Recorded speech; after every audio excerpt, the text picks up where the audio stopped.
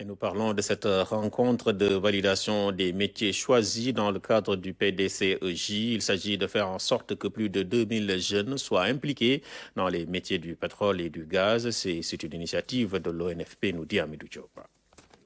Après l'expression des besoins du secteur pétrolier et l'appel à la candidature de l'ONFP, l'heure est à la validation des titres professionnels concernant les métiers de gérant de station-service, de pompiste, de rayonniste, entre autres. Dans le cadre de la mise en œuvre des actions de formation précitées, l'ONFP a élaboré 4 référentiels de titres professionnels, dont la validation requiert l'implication de tous les acteurs concernés, principalement du monde professionnel.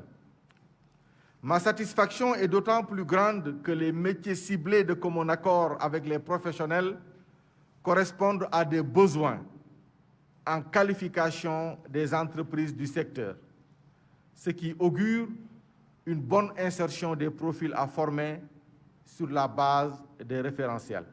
7000 candidats ont répondu à l'appel de l'ONFP. 2000 seront choisis et formés au métier du pétrole et du gaz dans le cadre du programme PDCH.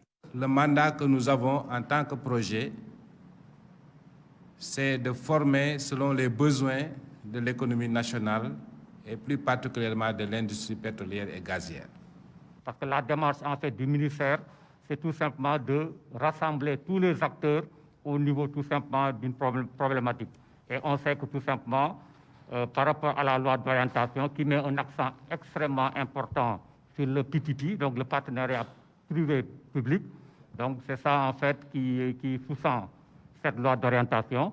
Et je pense que c'est extrêmement important. Tous les acteurs du secteur pétrolier, les agents du ministère de l'Artisanat, de l'INPG, de Petrosen ont participé à cet atelier de validation qui décrit les métiers choisis, les compétences et qualités requises pour les exercer et leur catégorisation professionnelle.